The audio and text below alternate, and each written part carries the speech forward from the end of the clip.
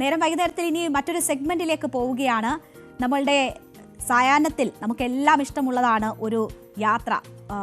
അത് ഒരുപക്ഷെ നമ്മളൊരു കോഫി കുടിക്കാൻ ഒരു കോഫി ഷോപ്പിലൊക്കെ ആയിരിക്കും ഒരു യാത്ര പോവുക, അല്ലെങ്കിൽ ഏറ്റവും അടുത്ത് പെട്ടെന്ന് പോയി വരാൻ പറ്റുന്ന ഏതെങ്കിലും ഒരു സ്ഥലത്തേക്ക് പോയി കുറച്ചു നേരം വിശ്രമിക്കുക, വീട്ടുകാരോ ബന്ധുക്കളോ ഫ്രണ്ട്സോ ആയിട്ടൊക്കെ പോയി ഇരിക്കുക. ഒന്നുമില്ലെങ്കിൽ കലിങ്കിലും മറ്റുമൊക്കെ ഇരുന്ന് ആശയവിനിമയം നടത്തുന്നവരെയൊക്കെ നമുക്ക് കാണാം. അപ്പോൾ അങ്ങനെ സൗഹൃദം പങ്കിടാനും ഇരിക്കാനും സന്തോഷിക്കാനും കാര്യം പറയാനും ഒക്കെ പറ്റിയ ഒരു ക്ലൈമറ്റാണ് ഈ വൈകുന്നേരം എന്ന് പറയുന്നത്. അപ്പോൾ ഈ വൈകുന്നേരത്ത് പോകാൻ പറ്റുന്ന ഒരു സ്ഥലം പരിചയപ്പെടുത്തി തരിക പ്രേക്ഷകർക്ക് എന്നതാണ് നമ്മൾ ഈ സെഗ്മെന്റിലൂടെ ഉദ്ദേശിക്കുന്നത്. സായാഹ്ന യാത്രയിലേക്ക്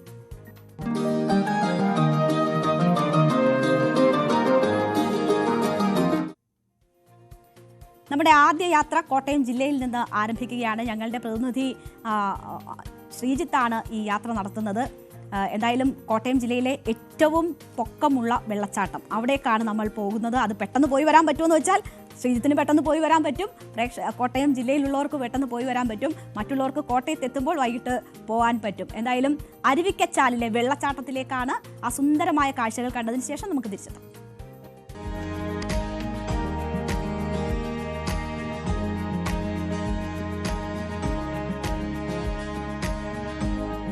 പ്രകൃതിയുടെ നെറുകയിൽ നിന്നും ജീവന്റെ കണിക മനോഹരമായി പതിക്കുന്ന കാഴ്ച. വെള്ളച്ചാട്ടങ്ങൾ വീഴുന്നത് മനുഷ്യന്റെ മനസ്സിലേക്കാണ്.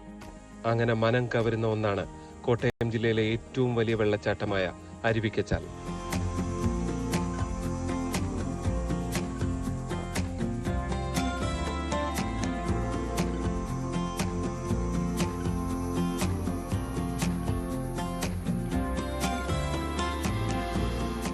ഉയരം കൊണ്ട് മാത്രമല്ല സുരക്ഷ കൊണ്ടും പൂഞ്ഞാർ പാതാമ്പുഴയിലെ അരുവിക്കച്ചാൽ ഒരു തട്ട് മുകളിലാണ്.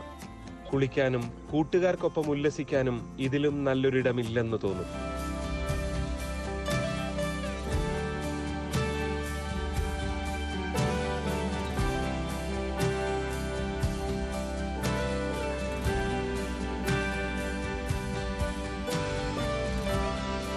പൂഞ്ഞാറിന്റെ ടൂറിസം വികസനവുമായി ബന്ധപ്പെട്ട് വലിയൊരു പങ്കുവഹിക്കാൻ കഴിയുന്ന ഒരു ഡെസ്റ്റിനേഷനാണ് അരുവിക്കച്ചാൽ വെള്ളച്ചാട്ടം.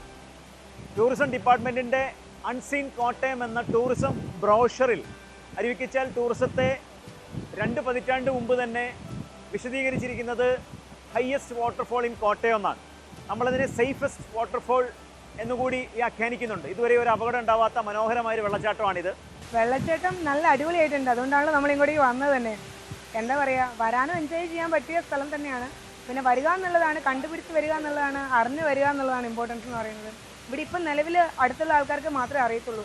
പക്ഷേ ഇവിടെ വന്നു കഴിഞ്ഞാൽ നമുക്ക് മനസ്സിലാവും നിലവിലുള്ളതിലേക്കും വെച്ചിട്ട് എന്താ പറയുക ഏറ്റവും വലിയൊരു വെള്ളച്ചാട്ടം തന്നെ, മീൻസ് കോട്ടയം ജില്ലയിൽ വെച്ചിട്ട് ഒരു വലിയ വെള്ളച്ചാട്ടം തന്നെ ഇവിടെ ഉള്ളത്.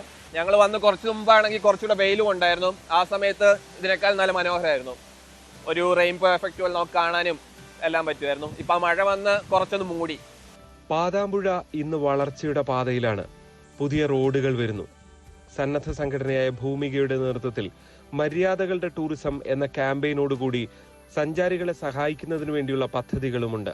പൂഞ്ഞാറിന്റെ പൊതുവിലുള്ള ടൂറിസത്തെ മര്യാദകളുടെ ടൂറിസം എന്ന ഒരു മുഖമുദ്രയോടുകൂടി പൂഞ്ഞാർ ടൂറിസം പെർസ്പെക്റ്റീവ് പ്രവർത്തിപ്പിക്കുന്നുണ്ട്.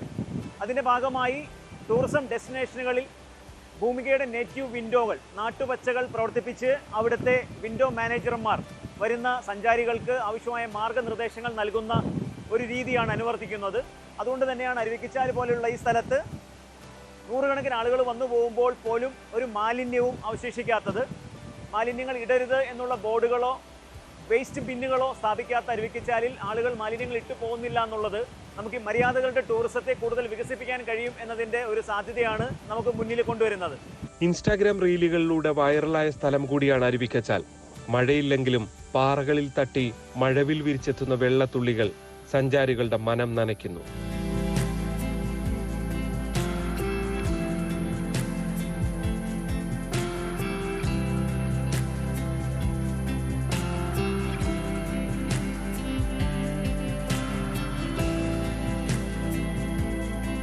അരുവിക്കച്ചാലിന്റെ ഭംഗി എന്ത് എന്ന് നിങ്ങൾ കണ്ടു കഴിഞ്ഞു. ഒരു കാര്യം കൂടി നിങ്ങളെ ഓർമ്മിപ്പിക്കാം.